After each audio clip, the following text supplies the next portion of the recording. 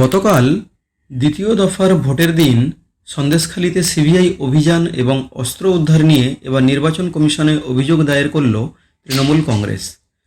গতকালই এই ঘটনাকে সাজানো বলে অভিযোগ করেছিল তৃণমূল কংগ্রেস। এনএসজি নাবানো নাটকীয়তা তৈরি করার জন্য, ভোটকে প্রভাবিত করার জন্য এনএসজি নামানো হচ্ছে এই সন্দেশখালী ইস্যুটাকে অক্সিজেন দেওয়ার জন্য। অস্ত্র কারা রেখে গেল সেটাও দেখতে হবে, এবং এই নাটকীয়তা কারা করতে চায়, এই চক্রান্তের পেছনে তারাই আছে সেটাও দেখতে হবে। কিন্তু অস্ত্র যদি ঢুকে থাকে, পুলিশের ইন্টেলিজেন্স কি করছিল সেটাও আলোচনার মধ্যে থাকবে। ওনারা ভোট চলাকালীন নাটকীয়তা দেখাতে চাইছেন।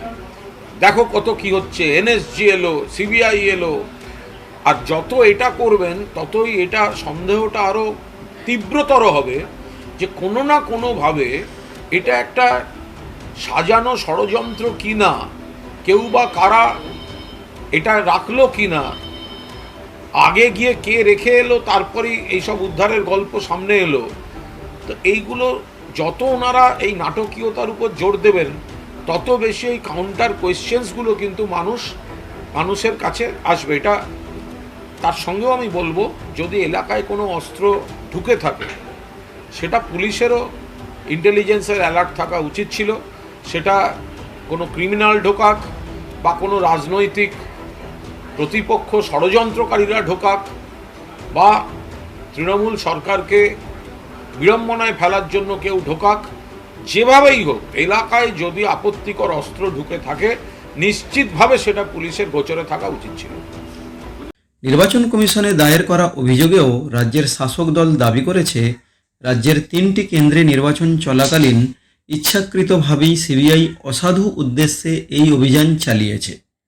প্রসঙ্গত, গতকালই সন্দেশখালীতে এক শাহজাহান ঘনিষ্ঠের বাড়িতে হানা দিয়ে বেশ কিছু বিদেশি অস্ত্র উদ্ধার করা হয় বলে সিবিআইয়ের পক্ষ থেকে দাবি করা হয়। তার মধ্যে কয়েকটি বিস্ফোরকও ছিল বলে কেন্দ্রীয় তদন্তকারী সংস্থার পক্ষ থেকে জানানো হয়েছে।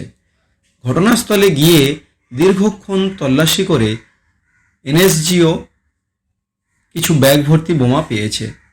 নির্বাচন কমিশনকে পাঠানো চিঠিতে তৃণমূলের পক্ষ থেকে জানানো হয়েছে, বিরোধী রাজনৈতিক দলগুলির প্রচারে কেন্দ্রীয় এজেন্সি ব্যবহার করে যাতে বাধা সৃষ্টি না হয় সেই বিষয়টি নিশ্চিত করার জন্য আগেই কমিশনকে অনুরোধ করেছিল তৃণমূল।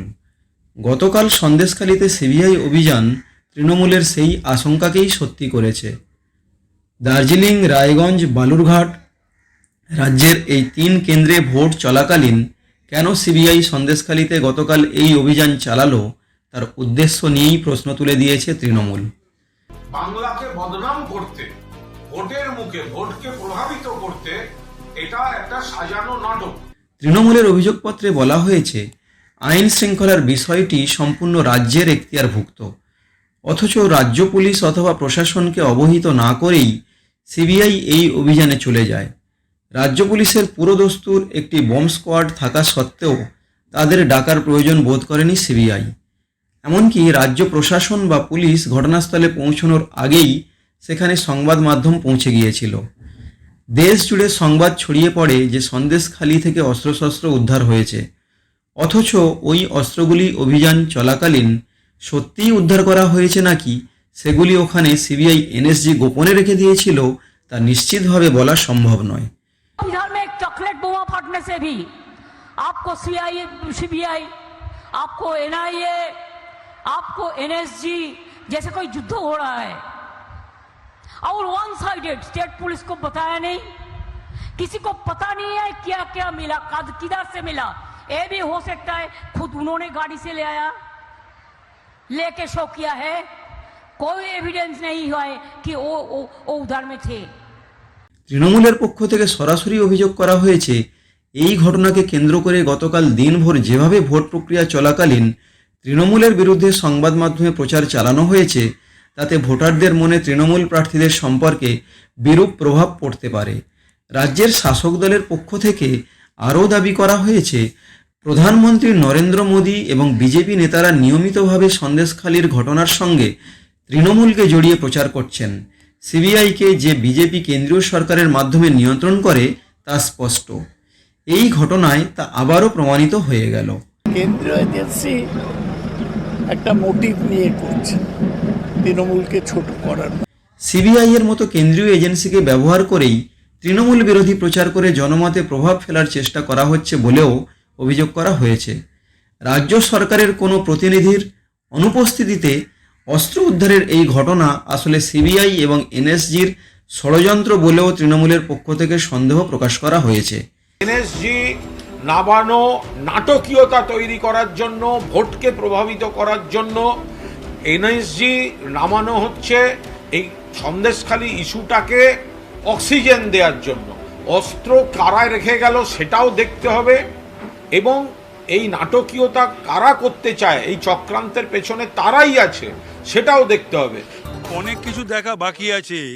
যা করে রেখে দিয়েছে বাংলায় এই সরকার, এই শাসক দল, তো এরা তো শেখ শাহজাহানদের শাসক দল, শেখ শাহজাহানদের সরকার, যা হবার তাই হয়েছে।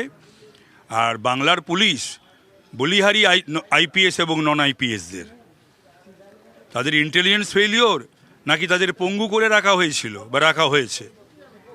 অবশ্য আমার কাছে খবর, ও তো শেখ শাহজাহানকে স্যালুট করতো, স্যার বলতো, তার বিরুদ্ধে ব্যবস্থা নেবে কি করে? এই পরিস্থিতিতে নির্বাচন চলাকালীন রাজনৈতিক দল এবং তাদের পদাধিকারীদের বিরুদ্ধে কেন্দ্রীয় এজেন্সি যাতে কোনো রকম পদক্ষেপ না করতে পারে তা নিশ্চিত করতে নির্বাচন কমিশন যাতে গাইডলাইন জারি করে সেই দাবি জানিয়েছে তৃণমূল।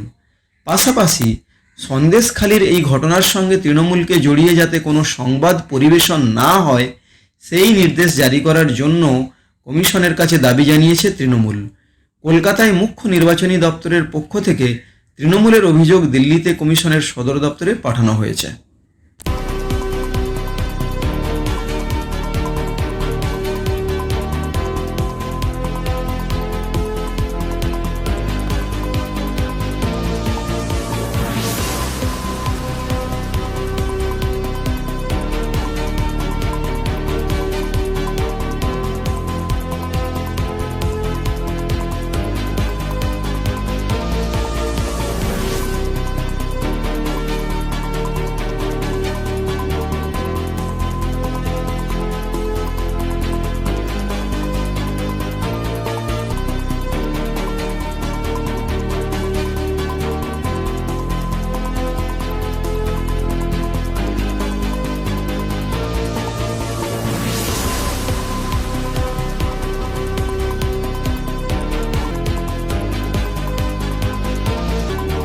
বন্ধুরা, কমেন্ট করে জানাবেন ভিডিওটি কেমন লাগলো।